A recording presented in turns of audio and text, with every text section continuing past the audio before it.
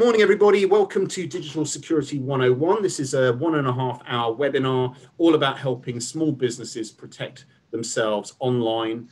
And we are pleased to be doing this in partnership with Norfolk County Council, New Anglia Local Enterprise Partnership, Norfolk and Suffolk Police, and the National Cybersecurity Centre. We're going to spend the first few minutes just sort of getting everyone together and getting everyone registered.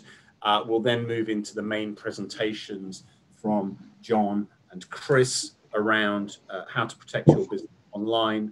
And then we will follow up with a question and answer session.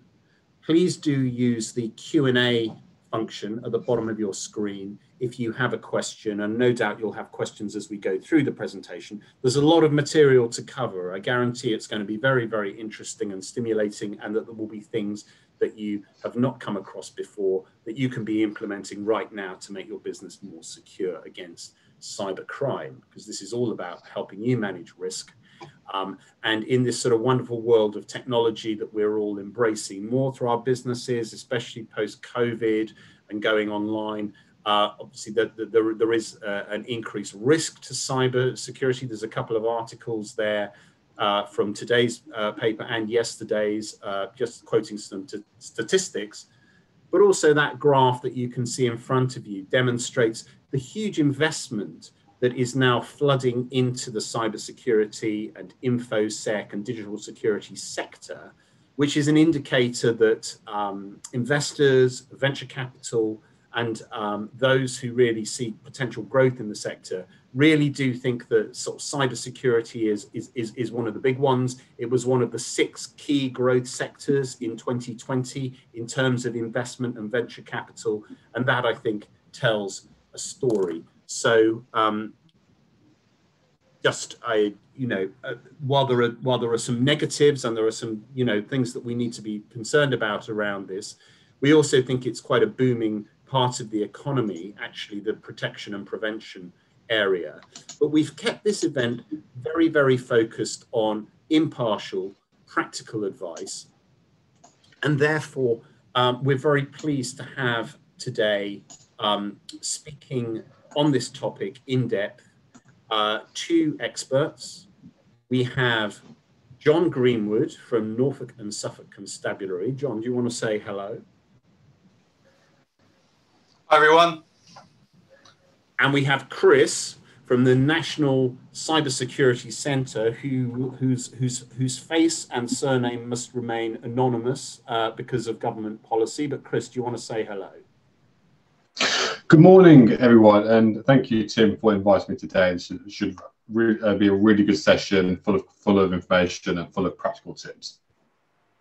Great. Well, thanks, Chris. Thanks, John. Yeah, this is this is one of a series of events that we've been doing around cybersecurity since last September. We ran a session at the Restart Festival, which New Anglia Local Enterprise Partnership organised, and where you can actually download some of the presentations from that if you're interested. That was a really good 2-day festival around helping businesses restart post-COVID. And New Anglia LEP is one of the supporting partners in this event. And we also ran an event just before Christmas for the financial industries group, so financial services businesses specifically. But today's event is very much aimed at any small business in the region. And we're delighted to see so many of you here. Please do introduce yourself in chat, say who you are, where you work. If you want to do a bit of networking afterwards, pop in your LinkedIn profile, and then people can request a connection with you and start a direct conversation offline. So I think that's most of the housekeeping. As I say, this event is being recorded. We are using captioning for anyone who's hard of hearing to be able to see, to be able to see on screen a text representation of the talk. We have some polls for you, which we'll be running through the presentation. So please do lean forward, or if you are feeling a little bit jaded, still not quite back into the swing of things after New Year, lean back, and I hope you enjoy the next part of this event, which is the main presentation. And I'm going to hand over to John Greenwood. John. Cheers. Thank you very much, Tim. I'm just going to get the screen share ready. So as Tim mentioned, there is a number of polls throughout this. The idea behind the polls is really just to help everyone be a bit more interactive, so you don't get bored of my voice, and we can also identify the audience's knowledge and appetite in different areas, and that will let me and Chris take the presentation in slightly different areas and different depths. So as Tim introduced, yes, my name is John Greenwood. I'm a cybersecurity advisor working for Norfolk and Suffolk Constabulary. My role really is to provide advice and information to individuals and organisations within Norfolk and Suffolk to make them less likely to be a victim. Within the cybercrime unit, we're based in Halesworth, but we do cover Norfolk and Suffolk. We work to the 4 Ps. As you can see, I'm here today to talk to you about protect, and that's increasing people's defence around cybersecurity. And we also, in the team, we have people who work on pursue, which is obviously the investigation. And then I also work around prevent, which is called cyber choices, which is preventing young people getting involved in cybercrime, and prepare, which is around increasing resilience. So if you are a victim of a cybercrime, how quickly can you get up and running? Are things in place? Are policies in place to allow you to recover quickly?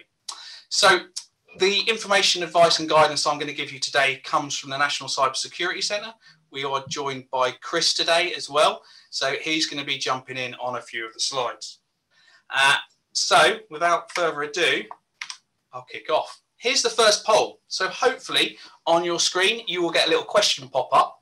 And it will be, has your company been a victim of a cybersecurity breach in the last 12 months? And you should just have the options yes or no.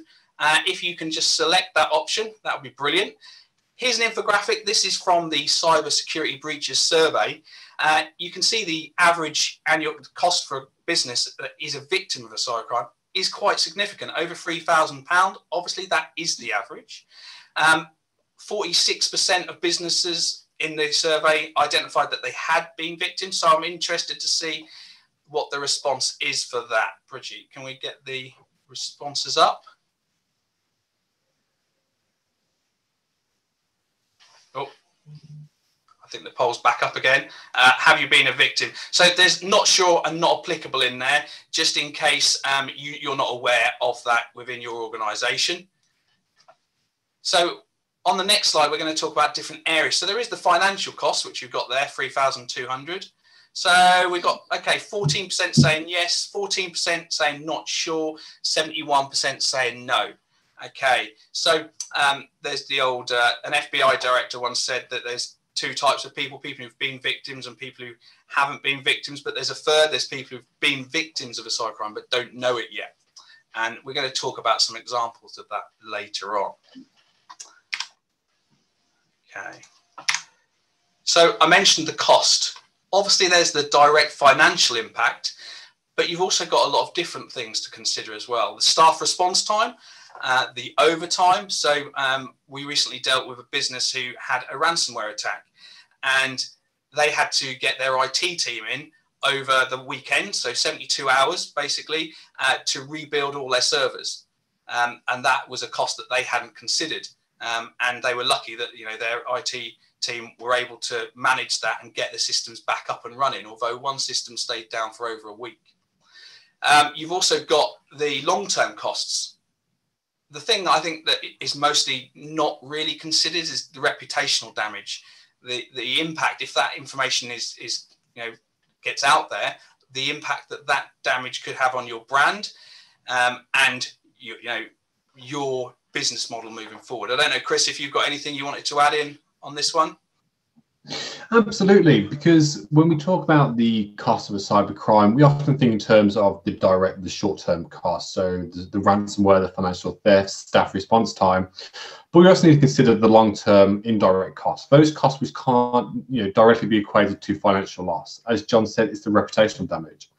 And what we find is that when we move into long-term and the indirect costs, recovery can take months, years, and often a lot of companies never really recover from that reputational damage. It's something that businesses fail to consider and appreciate, which is why it's so important that when you consider the risk of a cyber breach, you factor in not only the short term and the direct costs, but the wider consequences that come from that reputational damage and supply chain attrition.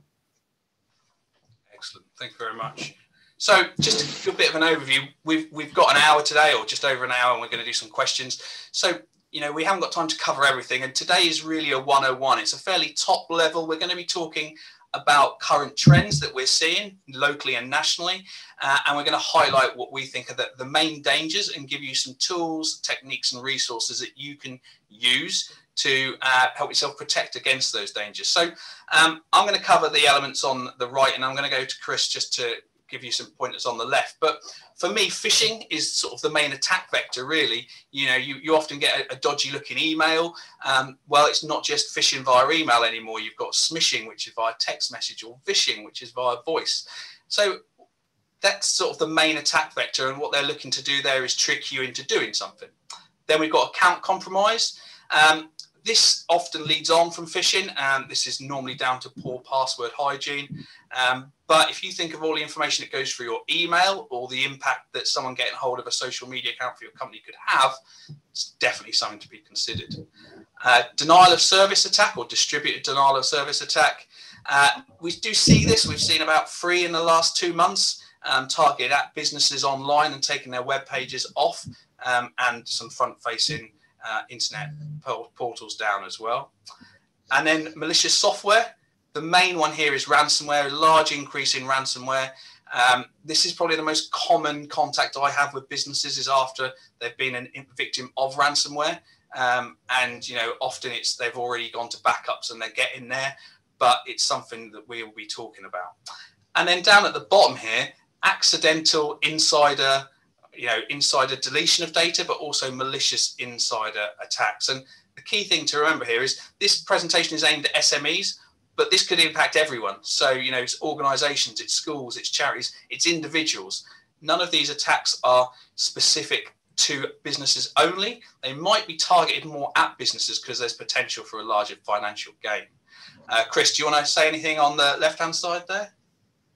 Absolutely. So we have these threats in place, and just to address the question that came through about denial of service and distributed denial of service. So this is where we have a website or an organization which is flooded with huge amounts of traffic, so requests to that website or to that organization, which the service can't handle and basically crashes the website. We often see this accidentally with ticket providers. So when an event or tickets go on sale for a popular event, people flood to that website, and then the website can't handle the traffic. So basically, it shuts the website and the service down. Now, while this can be accidental, this can also be malicious as well. So if a cyber actor or a hacker or a cyber criminal wanted to take down a website, they could access tools which flooded the website with all this traffic and take your website down. And then you need to consider how long your website is down. If it's down for days or weeks, what impact does that have on your organization? Because this comes down to the idea of hackers. And I think there's a misconception when we talk about hackers. We often think about the script kiddie in his bedroom with the black hoodie that we all see in films, where in reality we now have hackers who you can have listen information. You can buy these. You can buy cyber attacks off the dark web. You don't need a lot of information now to be hackers. I think with a little bit of knowledge, anybody can be a hacker, which is really a worrying thing. And I think this is where John's team is doing fantastic work around preventing kids and young adults from entering to a world of cyber criminality.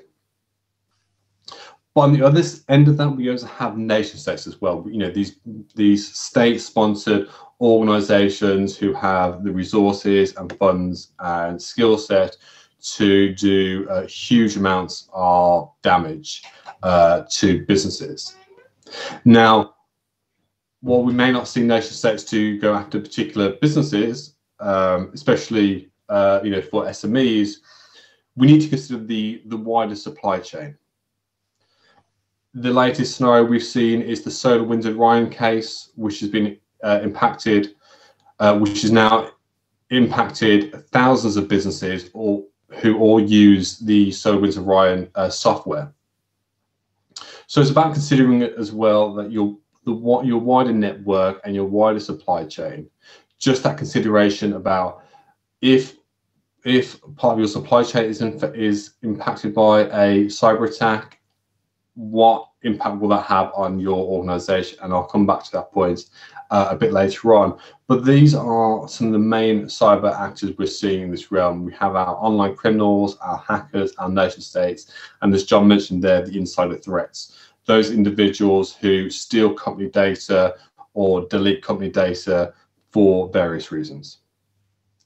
Excellent. Thanks very much, Chris. Yeah, so key thing here, again, just to reiterate, is this presentation is aimed at SMEs, but a lot of the advice and guidance we're going to give you is relevant across all of your digital world and your digital life and individuals as well. So these are the 6 main areas we're going to talk today about. They are the sort of big ones we see in the cybercrime unit, locally, regionally and nationally. So there is some terminology, denial of service attack, that Chris just cleared up.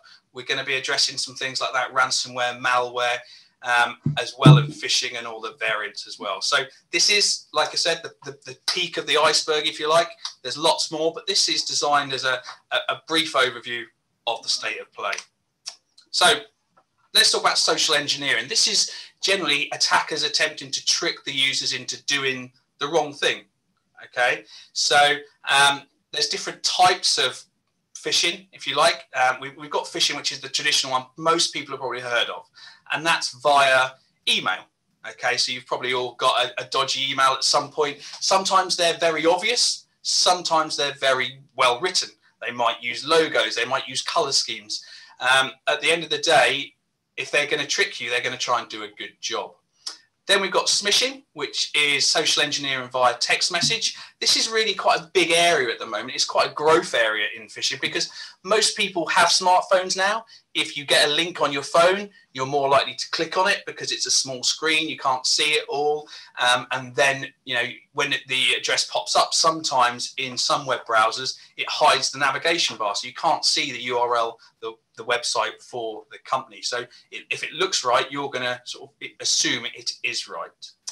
And then we've got vishing, which is voice calling. The classic one here is, if it's a general one, it's more public, aimed at people, members of the public. It could be, I'm calling from Microsoft, there's a problem with your computer.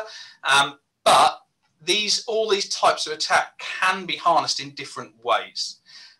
So let's talk about the emails first. So disguising themselves as a trustworthy site, aiming for you to click on a link or go to a website or give away some sensitive information. So we see a lot of these where, for instance, it's HMRC, for instance. You need to pay this bill, or you're going to get a refund. Click here, and then you go to a website. It looks like HMRC, and it's asking for lots of information. So it might ask for maiden name, parents, all those details, and then bank details. Okay, information is valuable, so be protective of your data. So, these emails could contain legitimate links as well to help them get through filters. They could contain images.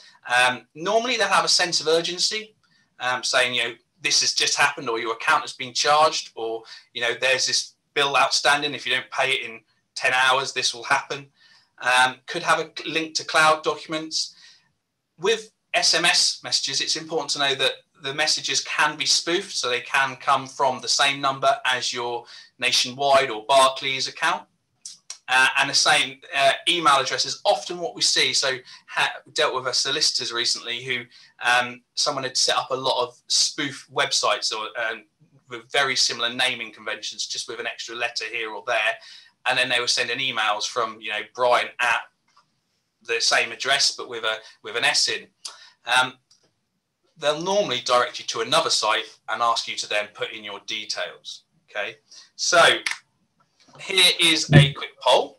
Have you received a phishing email to your work email account this year? So we'll see at the bottom here, in April last year, Google, you should have a yes or no pop up, Google was blocking 100 million phishing emails a day, and a fifth of those related to COVID. So, you know, these criminals are very clever. You know, if a new angle comes along, they will use that angle.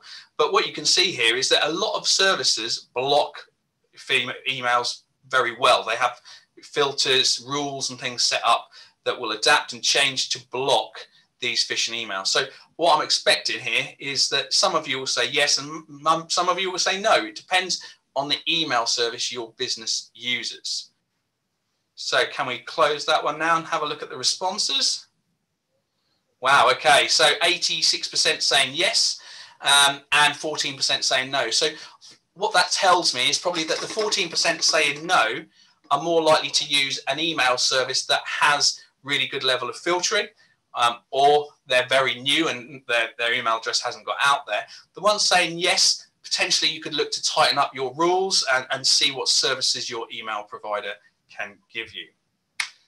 So there's different levels of phishing.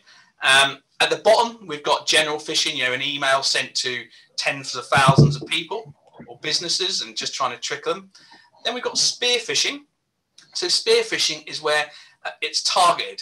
A little piece of there's some information in there. So for instance, it could say, "Hi John, I know a password you use is X. Your company accounts are available online. Click here."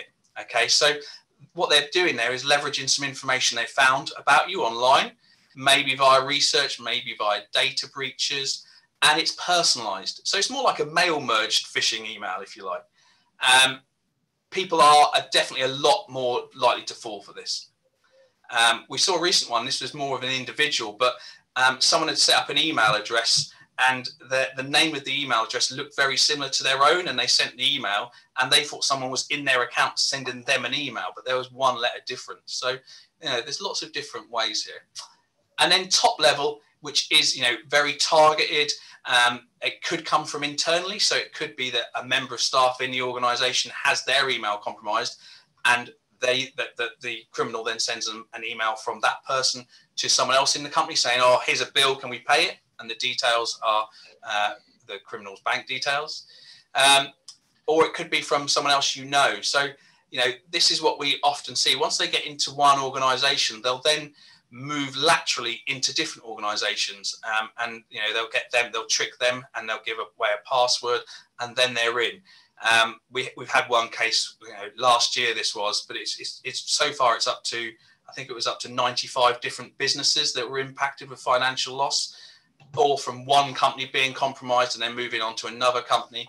And it was actually about 7 companies that had been compromised, but all of their supply chain had been targeted. Okay, so quite a sophisticated attack there. So a little bit of a quick exercise for you here. You should have a poll pop up. Is this real or phishing? I know I've misspelled real. That's because it's a play on the words. I did a similar question to some students, and one of them said you spelled real wrong the other day. And then his whole class pointed out that that was the reason. So on the left, we've got an email. Is it from Microsoft? And if you click on the link saying resolve issue, you're taken to the page on the right. Do we think this is real, or do we think this is phishing? I'm fully expecting most of us to guess the right way here. Right, let's close that then and have a look. Okay, 6% say real, 94 saying phishing. It is phishing. There's a few giveaways. The email address, you can see the account, the website URL on the right isn't quite correct.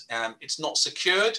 That's not the be all and end all, but the address should definitely be one you know.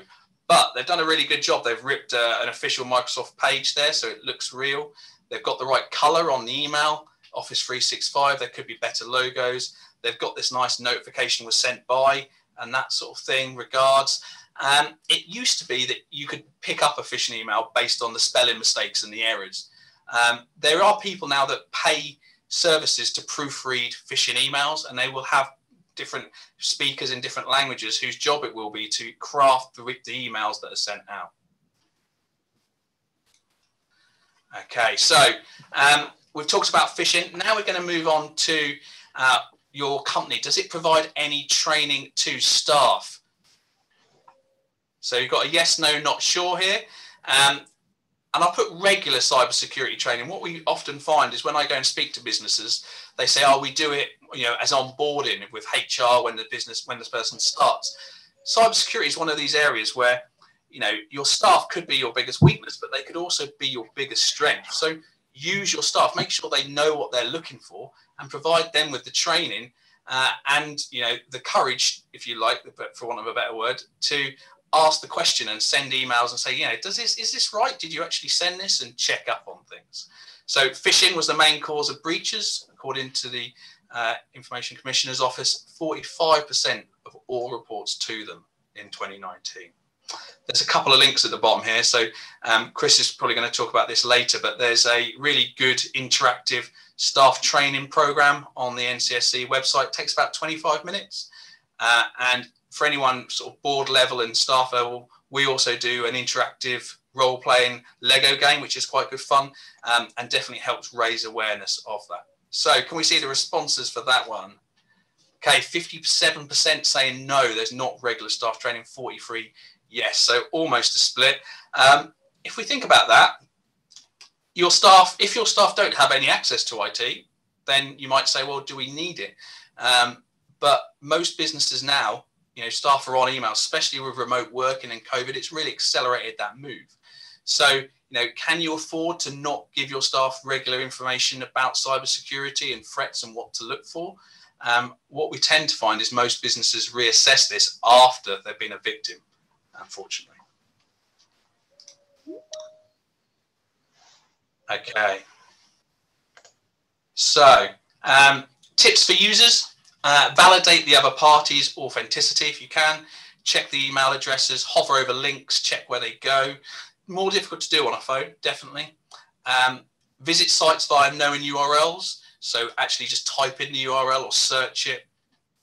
And then we've got the suspicious email reporting service. I'll go to Chris about this in a minute so you can talk about it. But you can send, if you get an email that you think is suspicious, you can forward it to report@phishing.gov.uk. Chris, do you want to just add a bit of information about what that service does and how successful it's been? Absolutely, Sean. So the problem we often find with phishing emails is that when individuals do identify phishing emails, is what do you do about it? Do you delete it? Do you report it to the police? And then what happens? So often at times we're aware of phishing campaigns, but we don't take any action around it, which is why we established the suspicious email reporting service last year as part of the wider cyberware campaign, which is an email address that you can forward suspicious emails onto the NCSC, and we will investigate the phishing email and see if it's part of a wider campaign. And just to put this perspective in terms of the numbers we're receiving, as of the end of December, we had close to 5 million reports to the NCSC of suspicious emails, which has now led to the removal of over 25,000 scams and close to 50,000 suspicious URLs, which is a fantastic campaign. Through people reporting these emails, we've been able to take down tens of thousands of scams and tens of thousands of URLs. So it's a collective effort that we're able to keep the internet safe. So my advice to anybody on the call is that if you receive a suspicious email, absolutely forward it on to us, because we will be able to investigate and take that down. We also have tools as well for smishing. So if you receive a suspicious text, we have a number, and I'll post that in the chat now. Oh, there we go. John's already got it. So yeah, text message can be forwarded to that number. So if you do receive a suspicious email, absolutely send it on to us, because we will investigate it and we will take it down. And this only serves to make the internet a lot safer. Excellent. Yeah, and as Chris mentioned, text messages, you can forward that to 7726.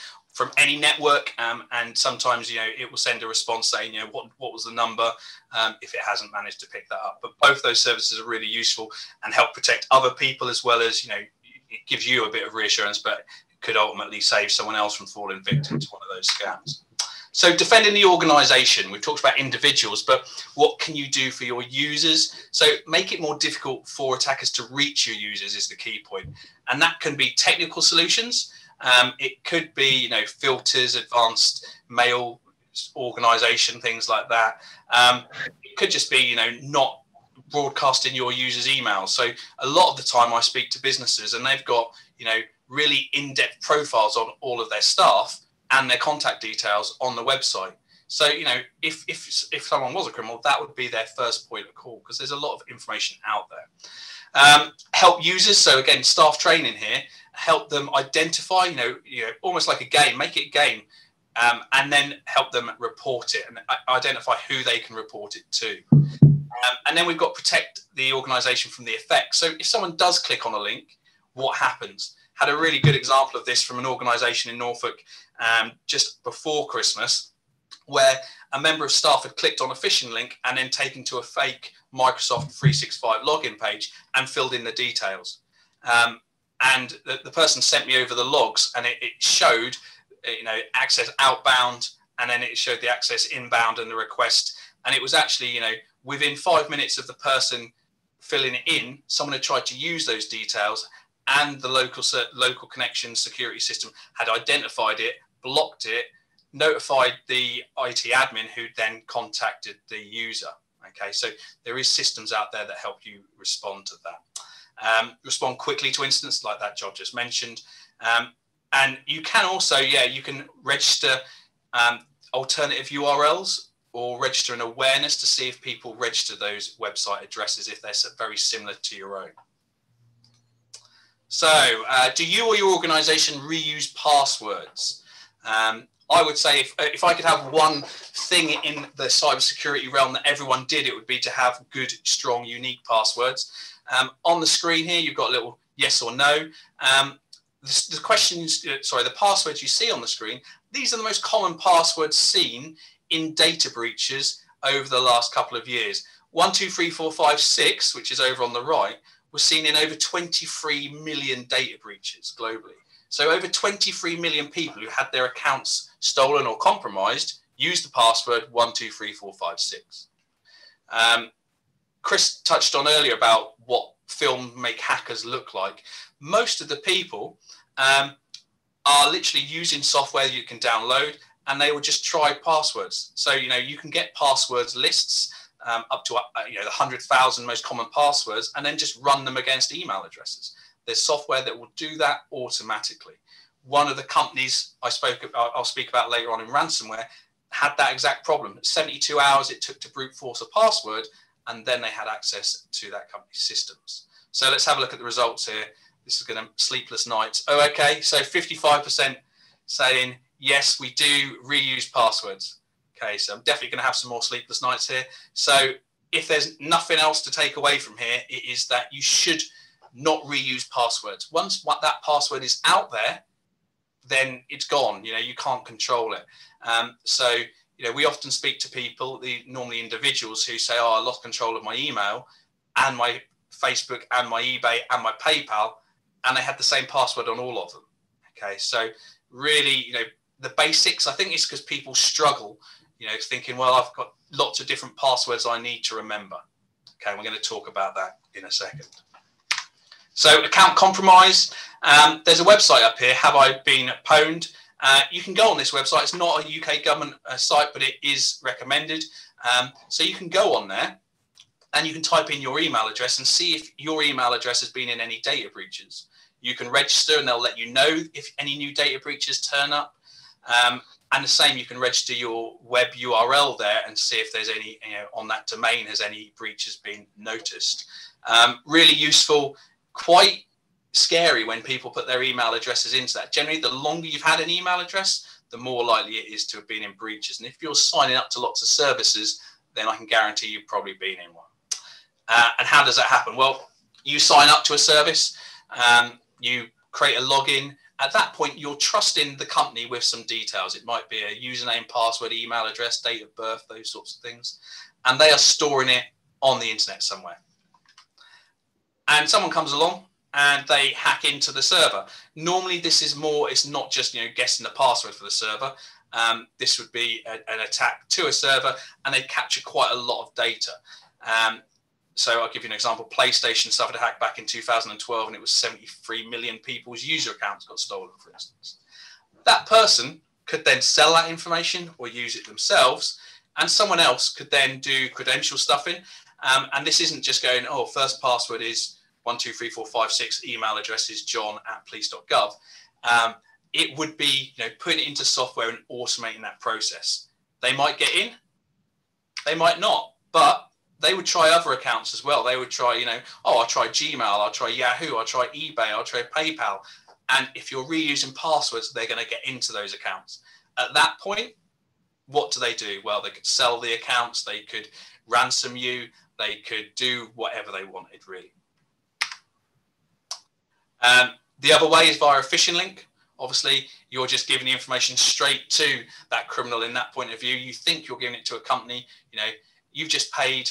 I got one the other day for Netflix. I don't actually have Netflix, but it said, you know, Netflix security alert. Someone else has access to your account. Click here. I just out of curiosity clicked there. It took me to a site that did look like Netflix, but it wasn't. If I'd have logged in there with my Netflix details, that person would have had that account. They'd have probably changed the password and then sold that account on. So passwords, strong separate passwords. National guidance is 3 random words, and then add some complexity, numbers, special characters. We say random words because I often speak to people. I had one chap whose business website got breached and his password was his son's name. So, you know, A, it's not random, and B, it's not a strong password.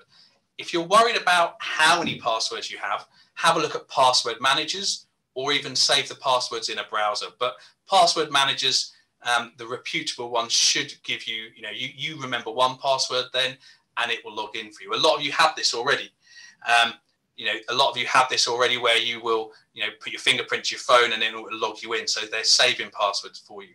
And then, as Steve's mentioned as well, 2FA, really important. So 2FA is a double check. Okay, we're going to talk about that on the next slide. But the key thing here is protecting your email. Your business email is normally, you know, your conduit to other people, especially in this COVID world we're in at the moment. So 2FA, you probably all have this. You sign in with a password, and then it sends you a code to your phone, or it asks you to type in a code from an app on your phone.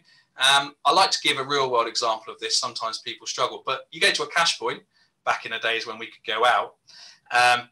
You could then, you type in your PIN and you have a card. So the card is saying you have, the PIN is something you know. You need both, and then you can access your money and your account and get money out. So really good. I would recommend 2FA on anything and everything you possibly can.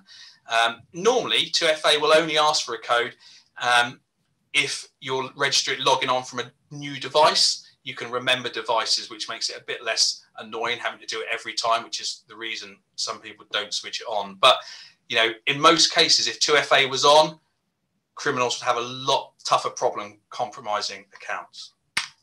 So here's the question. Does your company use 2FA for any of its services? So think about the online services you use. You might use Office 365, your email, anything like that. Does it use 2-factor authentication? When you log in from a new device, or even first time, does it say, oh, we've sent a code to your phone or something like that? Some scary stats from Google survey, 66% people reuse passwords. 13% use the same password for all their accounts. That's 13% of people who are definitely going to be victims of crime, unfortunately.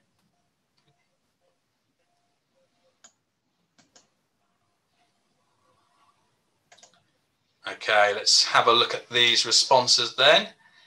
Excellent. So 67 saying yes, 11 saying not sure. Now, this could be, you know, you might not have seen it in your email. It might be that your company's so tied down they only let you access email on company devices, and they've done other things like only allowing, you know, blocking all other IPs apart from your company machine. great. Worth raising a question though, definitely. 22% saying no. That could be because you don't use any services that use 2FA or need 2FA, or have any information on the cloud, but I doubt it. I think that's something that the people who said no could go away and just sort of have a think about and see what the services are. You'll have my details at the end. I'm more than happy to contact me if you think there's any services and want to see if they have 2FA and you can't find out.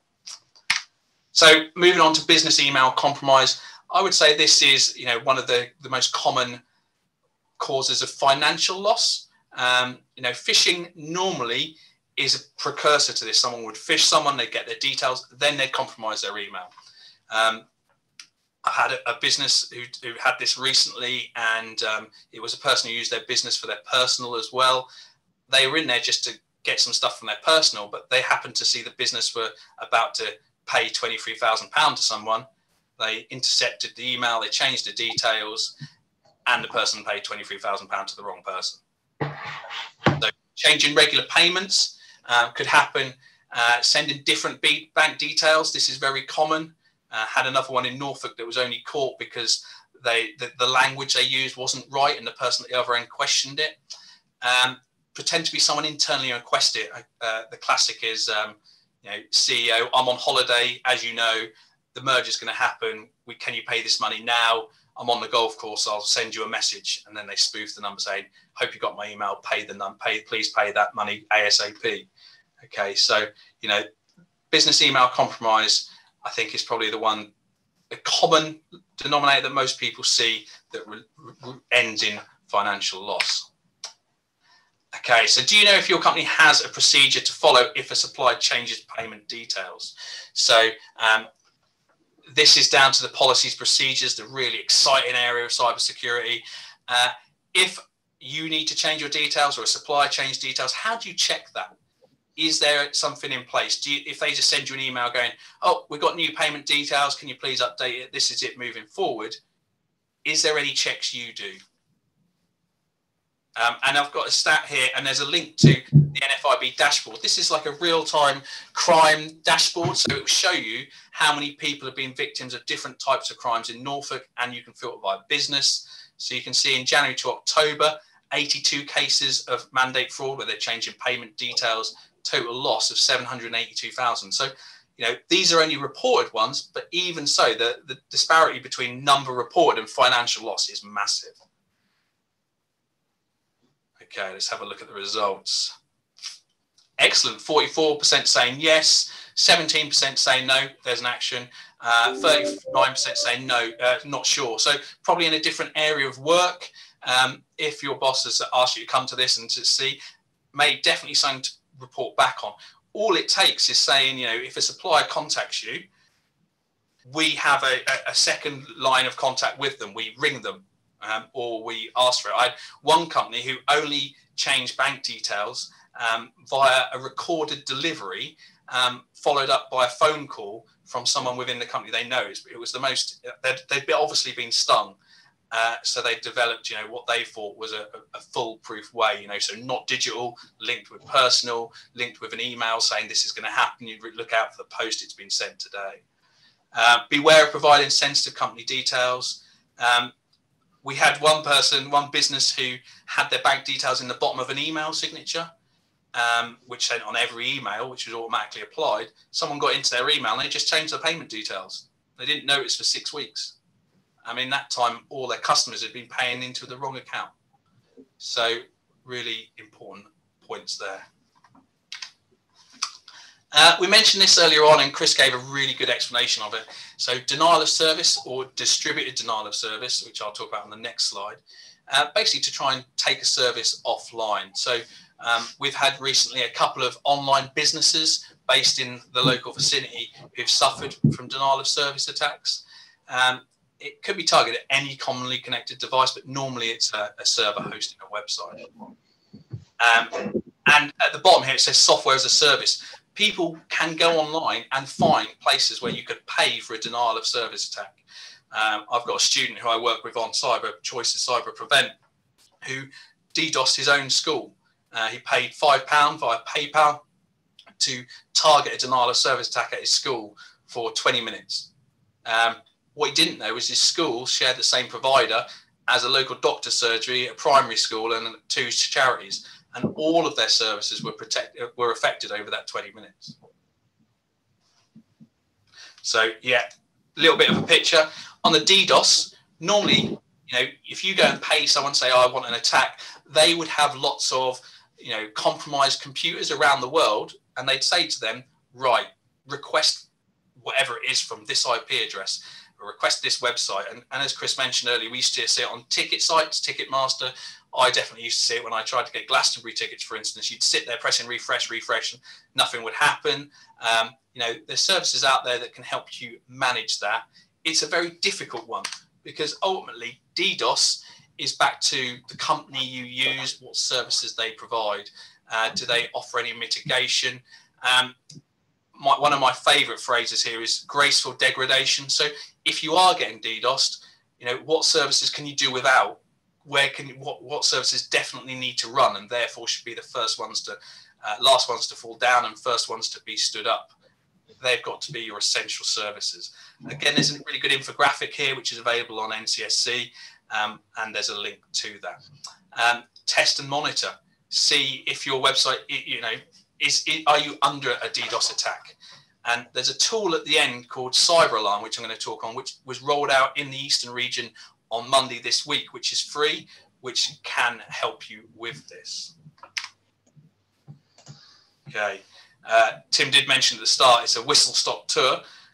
You're going to be provided with PDFs of the slide afterwards, and there's my contact details. So if you feel, oh, I could do with some more information around that, feel free to get in touch after the event. But malware or malicious software designed intentionally to damage a device or compromise a system, lots of different types, normally via opening an email. So I had a charity, it was middle of last year in Norfolk, who someone received a phishing email, they clicked on it, they downloaded what they thought was a PDF, they pressed run, and then their server of all of their people who'd ever donated to that charity was encrypted.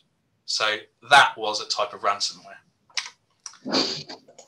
And what did they want? Well, they said, pay us this money and we'll give you access back. So, normally they'll lock files, there'll be crazy file extensions, there'll be a README saying, you need to pay me X amount of Bitcoin, and then I will unlock your files. Okay. They can move across networks via Wi-Fi. So, if that ever does happen, unplug that computer very quickly, you might stand a chance. It could sit dormant. So I mentioned right at the start, you might have been a victim, but you're not aware yet. So, ransomware targeted at larger companies, they tend to be in the network for 3 to 6 months just to learn what's going on in the network, see what there is, ultimately to make the impact as bad as possible. So we had an organization in September actually, who had a ransomware, and they were due to go back to work on the Monday after the first lockdown. And it was like all staff back, brilliant. The ransomware triggered at Sunday at 3 o'clock in the afternoon. Obviously, there'd be some recon there, and it targeted everything, okay? And that attack actually extracted 10 gig of data from the network as well before the ransomware ran. So, there's two things there. It's saying, pay us and we'll unlock your data. But if you don't pay us, we're going to sell your data, okay? So, there's something to be careful about there. And, often that is, you might go out and buy a piece of software, say, Sage or Microsoft Office. Well, people who get into systems won't necessarily write their own ransomware. They'll go to a ransomware provider who will take a cut. Okay, so ransomware for me, I think, is probably one of the scariest areas for businesses at the moment. You think about your data and the value you have there. Can you afford to lose it? Can you afford for it to be sold by someone else? So, on that point, John, I think it's worth just pointing out that we don't recommend that organisations pay the ransom for 2 reasons. One, you don't know if you will get your data back or if your files will be decrypted. And secondly, you then present yourself as a target, as an organisation who's prepared to pay that ransom, which then invites further criminal activity to target your organisation. Yeah. So, if don't... We recommend that you don't pay the ransom, but if that's an approach that you feel is necessary, as we do see organisations paying the ransom, get in touch with your local crime agency, report it to the police, and that can be part of a wider conversation to help that response operation. Yeah, definitely. Ransomware attacks have massively increased over the last year, so especially since lockdown, with people working remotely, they've had to open up services. So here's a poll. Do you back up important data regularly, and do you test those backups? So there's two questions in one here. I should have really put a not sure in here. So, one is, do you do the backups? And two, do you test that those backups work? So, two different questions here. As I said, ransomware on the increase. So backups, normally what we find is a company report that they've been a victim of ransomware, but they've gone to backups and everything was up and running in 2 days. There was a bit of a financial loss. The question I always go in with then was your data encrypted? And they go, no. I'm like, well, then it could still be out there. Do you know if any data was taken off the network? So it's not all about just delete and recover, as it's really important that you report so you can consider those wider questions. Okay, let's have a look at those answers. Excellent. 72% saying yes, 28% saying no. Okay, there's a takeaway. The charity I mentioned earlier, they did backup data, and they were like, well, we've got backups, we're okay. Two of the last backups didn't work. So they actually lost about 2 months worth of data because their backups didn't work properly because they hadn't tested them. Okay, so yeah, really good. And in the chat, people are talking about, yeah, I know someone who paid ransom, they got hit harder. Details are sold on the dark web to other hackers of people who pay. Yes, they are. This happens in fraud all the time. There are suckers lists that go around, unfortunately, and the same happens for companies. Okay, so ransomware actions. Again, link in the top right, you'll see this when the PDF comes around. Make regular, robust backups, i.e. tested. Prevent that malware from getting on devices and spreading. Prevent malware from running on devices. Disconnect any infected device from a network straight away. But preparation here, prepare for an incident. Don't bury your head in the sand and say, this is never going to happen to me. Just, if it does happen, go, oh yeah, we planned for this, we tested it, we had a run through, X happens, Y happens, and these are the steps we take. So have an instant response plan ready. Okay. So I think this is one of the last questions. Within your organizations, do you only have access to limited, or do you only have limited access to data? This is going to take us on to the insider threat section, which Chris is going to come in on. Human error caused 90% of cyber breaches. Phishing fits in there because it's human error clicking on the link, but 90%. So this goes back to where I talked about your cyber internal ethics, a policy and a procedures around it. Do your staff know what to do? Are they happy doing it? I spoke to one company that sent phishing emails to their own staff, and then if they clicked on it, they gave them a warning. Well, I don't know about you, but I would never really want to report if I did click on a phishing link then, because I knew that it would result in a sanction. So, encourage the culture of cybersecurity within the company.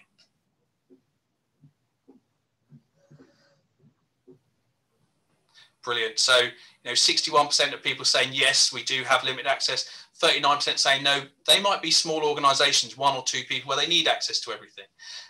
One of the common ones here is we find that if someone is fired from a job, their access is often not taken away swiftly, or if someone moves to a different role, their accesses aren't reviewed. Okay. Right. I think, there's a quick question here. How do you know if your work backup is encrypted? Well, it depends who does your backups and who does your storage there and your management. Generally, you'd want to look into how you do your backups and how you store your data. For instance, you can encrypt a computer, a device. Any mobile device should be encrypted. Normally just in the settings, and then the data would be encrypted. You can encrypt data separately, and if you send data via email and things like that, it's always good to add encryption and password protection.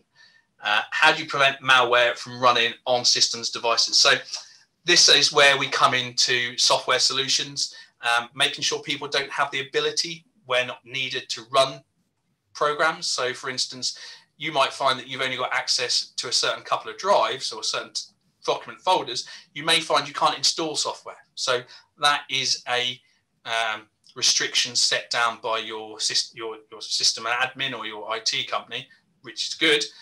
But also any software that is installed or run should be checked. You know, it should be scanned, antivirus, malware protection, those sorts of tools. And they should be signed. So it goes, yep, this is a signed piece of data. It's a signed installer from a reputable company, trusted download. This is probably going to be okay. Okay, but if you're a SME, a larger company, then software might be rolled out by someone centrally, and they should be doing those tests. If you're a small individual provider, what I would say is make sure you get your software from the right source, and make sure you've got up-to-date antivirus and malware running. Chris, I don't know if you want to add anything to that and then take over for insider threats. Yeah, absolutely, and both are valid questions, because it really demonstrates how pervasive ransomware can be, especially in affecting an entire network, which is why it's important to adopt good cyber practices. And as John said, posting your software from a reputable source, because this is when we fall into the pitfalls of malware and viruses, ransomware being able to spread throughout the network, which is why it's important that you have limited access to data and systems, and that your business operates a level of segregation. So individuals don't have access to administrative accounts. They're only allowed access, they can only do certain things. And we recommend that all businesses operate on a system of least privileged. So giving your employees the least amount of privilege possible in order to do their jobs. That way, if an individual does click on a malicious link, or their computer is infected by ransomware, they don't have the administrative privileges to be able to connect to other devices and for that to spread throughout the system. If you have an individual who has restricted access and restricted permissions, if they click on a phishing link and it infects their computer, there's a level of reassurance that virus, that malware isn't going to spread throughout the network, which is why it's important that we practice the principle of least privilege, limiting access to data, and to a degree segregating parts of the network so it doesn't spread throughout the system as well. And that comes down to backups as well. There's make sure that your backups aren't saved on the same network, the same server, because if the entire network is compromised, your backups are compromised as well. There was a fantastic case study of an IT organization who was the victim of a ransomware attack, but don't worry, they've got their backups. Turns out all their backups were on the same system. Their backups were encrypted as well. So it's important to make sure that we segregate our data and our systems to ensure that we can get back up and running. And I'll talk about some of that a bit later on. But again, this pivots quite nicely into insider threats, because IT and cybersecurity isn't just a IT issue. It's not just about technology, it's about the people as well. And often at times, your staff are the biggest strength and your greatest weakness. Staff are often the frontline defense when it comes to cybersecurity. They are the ones utilizing the systems. They're the ones clicking on links and emails. So it's important that staff management is controlled, and that we put the correct process in place. Because as John's written there, we have various forms of insider threats. We have the negligent individual, which means that any one of us can be an insider threat. We receive emails on a daily basis. We're very busy. We're getting emails all the time. It's very easy to click on a link by mistake and infect a computer. In these circumstances, the best thing to do is put your hand up, say that you think something's wrong, something's not quite right, because often at times when we see in organizations, when the problem isn't addressed straight away, it just grows and it becomes worse. So it's important that organizations create a environment of honest reporting and making sure that individuals know how to report an incident on their computer.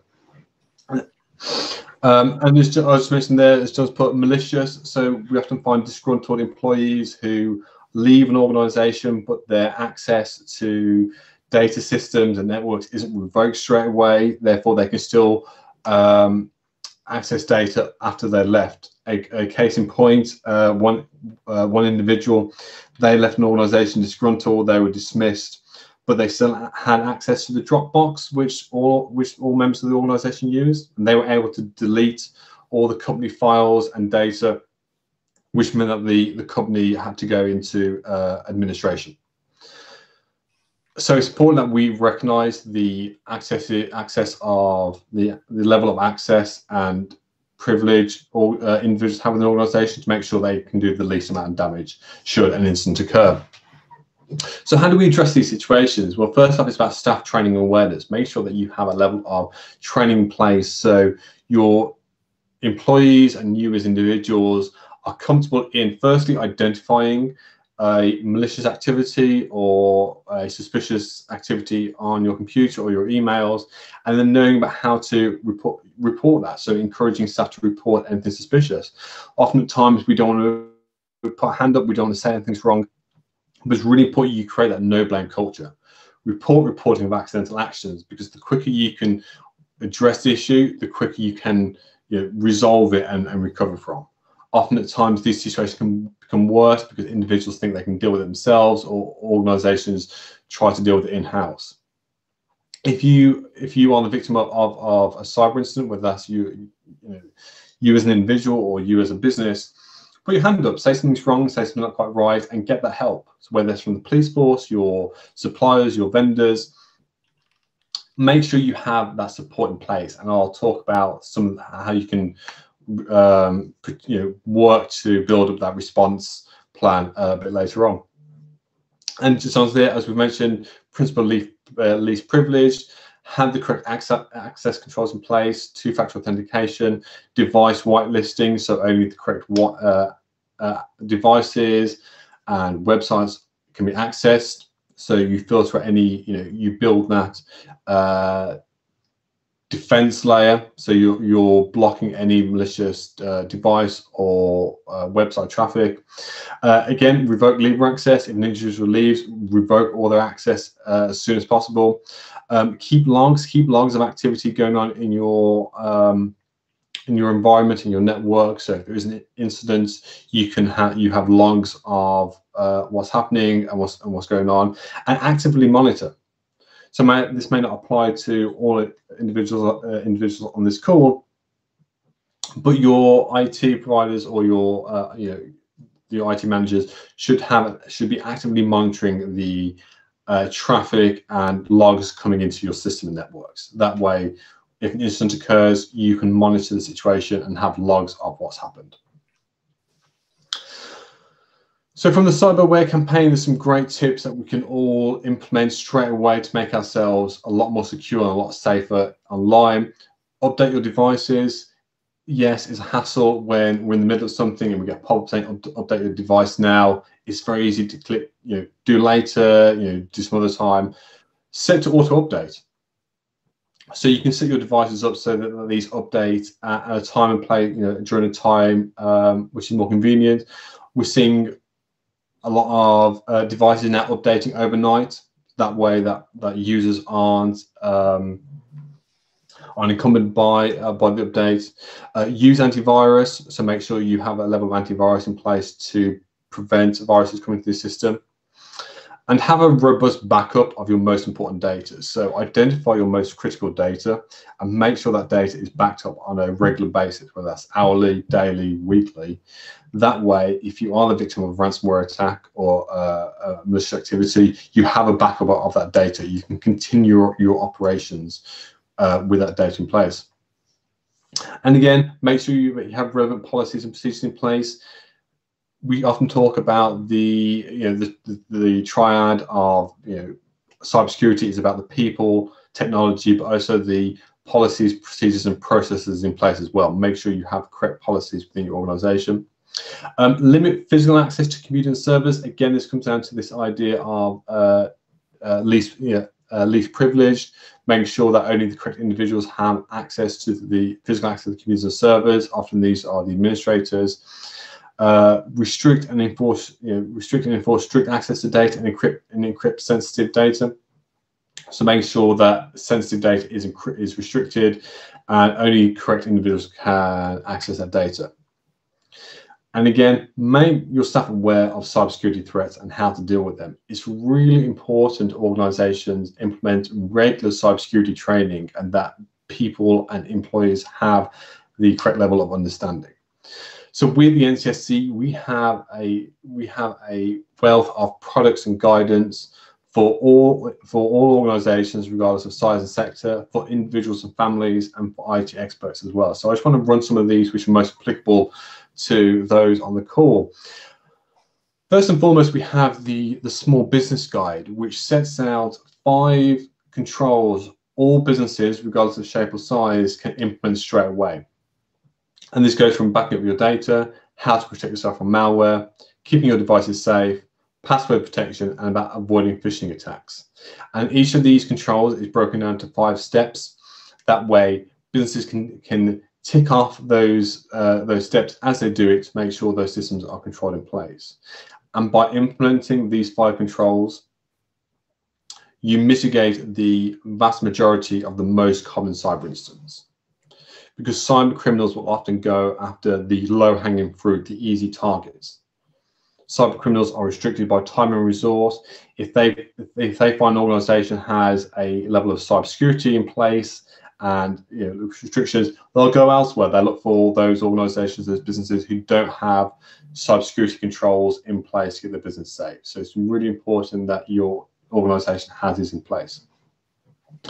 And as John mentioned earlier, not only is it important to protect your business, you also need to look at how you'd plan, respond, and recover from a cyber incident.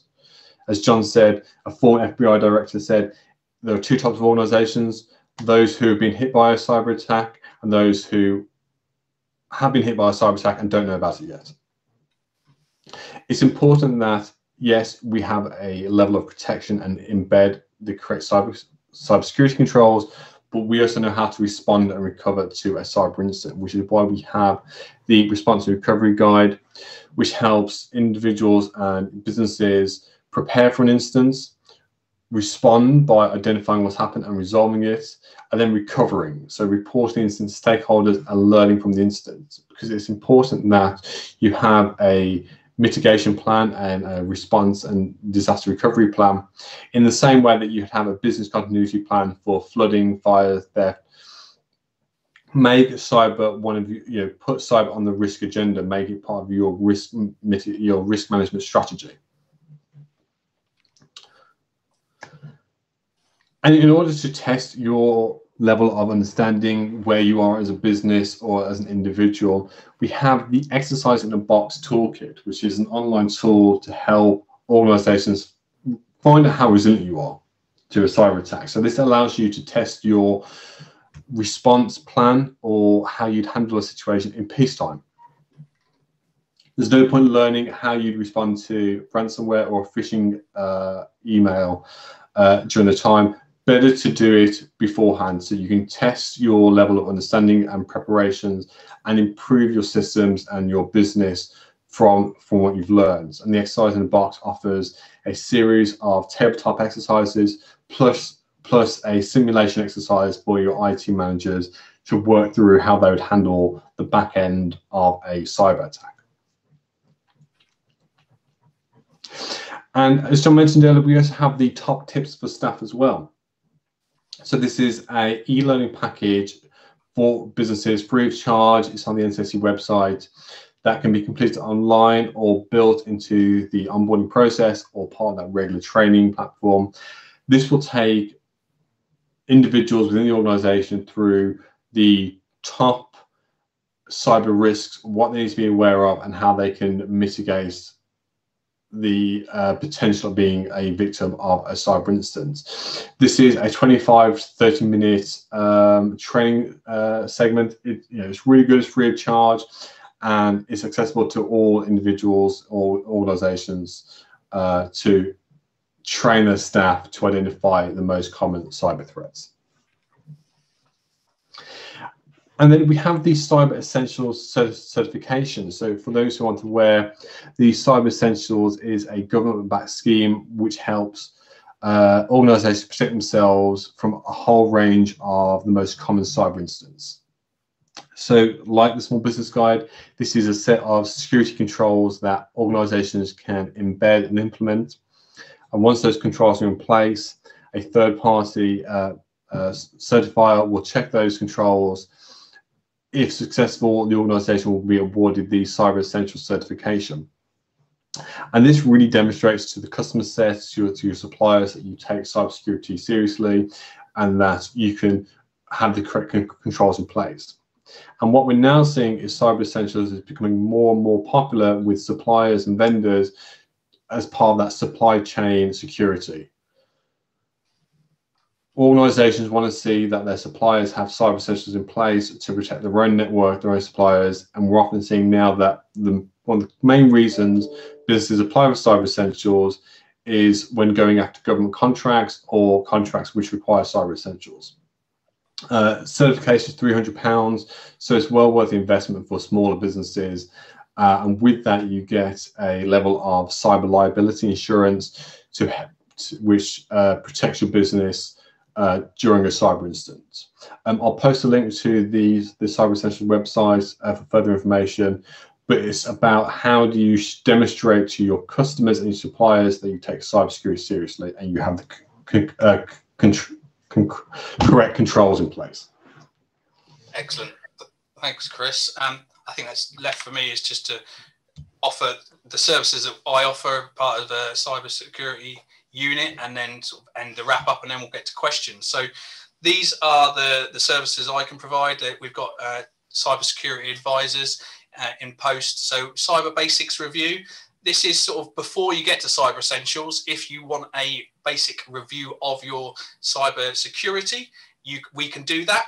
It normally takes about an hour, and then we complete a report and we send that over and we risk rate things. We don't recommend specific services. We just recommend actions. Deliver messaging and training. So, I can come to venues. I can do this online now. We do that quite regularly. The Lego role-playing game, probably my favorite because I like playing with Lego and it's cybersecurity. It's like two awesome things in one.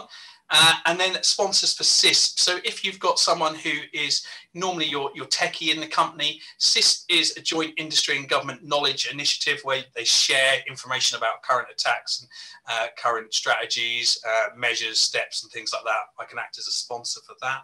But otherwise, it's just sort of answering general questions. I have a lot of people email me and just say, I saw a presentation you did. We got this. Do you think it's malicious? And I'm like, yes, it probably is. I often get a lot of emails saying, we got hit by ransomware last week. What should we do? You're like, you should report it as a crime and you should have spoke to me before you got hit for ransomware. Okay, all of the services I provide are free. If you're a victim, obviously you need to report to Action Fraud. There is massive underreporting from SMEs. And from the investigators side, obviously I work with the investigators in the cybercrime unit.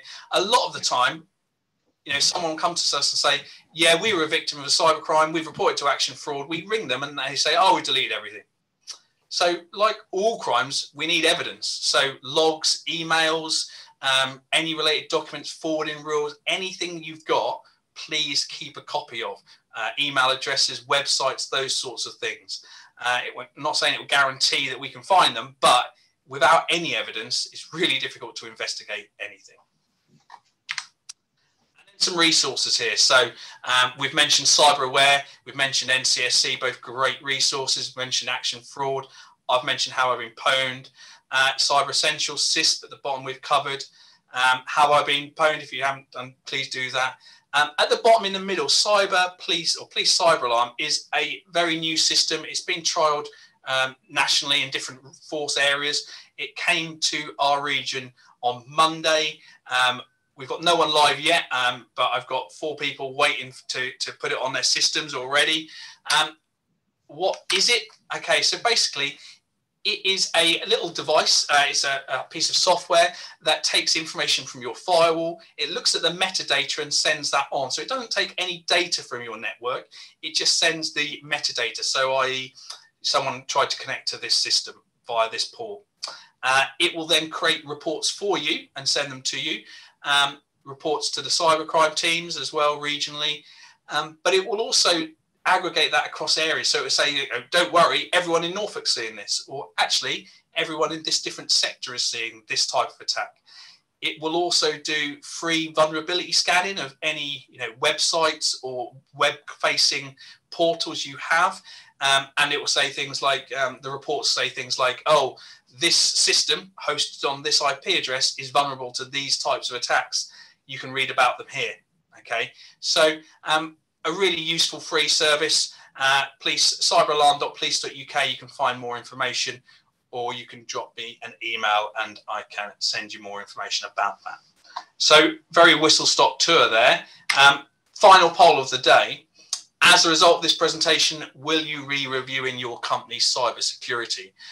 You've got a yes, no, you've got a not applicable, you've got a I'm already awesome cyber savvy button as well. On here, you've got our contact details. I will ask Tim to send out the PDF afterwards with a little link to a survey. I'd appreciate 5 minutes of your time, just so we can identify how we can improve this if it's been useful. And that helps to guarantee funding as well in these roles to offer these free services as well.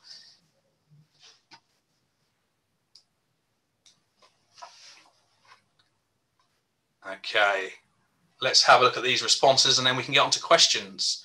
Brilliant, 65% saying yes, you're going to be reviewing, that's superb. No one saying no. This is the best response ever. It's almost like it's me, just 25 times in the participants. Not applicable, 18, brilliant, and already cyber savvy, 18 as well. So it's great to see that we've got a really mixed variety of people on this call today, because it's really good. Normally, we like to try and target this at everyone, and feel free to share the presentation afterwards with colleagues and with people in different companies. There is someone in my role or in the cybersecurity role across all the counties in the UK. So it doesn't matter if you've got someone in Cambridgeshire, for instance, drop me an email. I can put you in touch with the right person. Otherwise, I think I'll be handing back to Tim, and we can move on to any questions. Thanks so much, John and Chris. Fantastic. Wow. And even since the last time we've done one of these, I can see there's some new sort of tools and solutions coming on from both National Centre and from the police force, which is great. And I think, just to sort of play back what you were saying, what Chris was saying about cyber essentials. So I was on a call or at a meeting yesterday with Suffolk County Council regarding, procurement of services from small businesses. And one of the companies who'd worked with Suffolk County Council was very much saying that Cyber Essentials had helped them in terms of the procurement process and being selected. So it sounds like it's a pretty much a no-brainer if you're looking to provide a service or sell a product into the public sector. Now, we've had loads of questions and sort of throughout in the chat and the Q&A, and I can see that some of those have, I think some of those questions have already been answered as we've gone through. So yeah, I'm really pleased to see this has been an interactive thing. I mean, I suppose before we have questions, I'd just like to sort of do a quick summary of a couple of takeaways that keep coming back whenever we look at this cybersecurity. And it is this thing about management and culture and the 3 Ps, policy, procedure, process, more than it is about spending a lot of money on cybersecurity software or going to the market for a sort of cybersecurity consultant or expert. But I know that there are, as I said earlier, quite a lot of businesses in Norfolk and Suffolk actually offering cybersecurity services on a paid basis. And there's lots of software out there that you can buy into, especially if you're a bigger organization, but also for small businesses. And I suppose just to sort of kick this off for John and Chris, I mean, what's your view around the free versus the paid services out there? Because what I'm hearing is that there is a lot of free stuff and you don't need to spend money. But I think it would be helpful for people to understand what one might need to think about before engaging some paid services in terms of cybersecurity support. Yeah, I'll take a start on that, and then Chris can jump in. So, I mean, it really comes back to the business. You know, how big is the organisation? What risk is there? What do they do online? There is a lot of free stuff out there. There are paid things as well.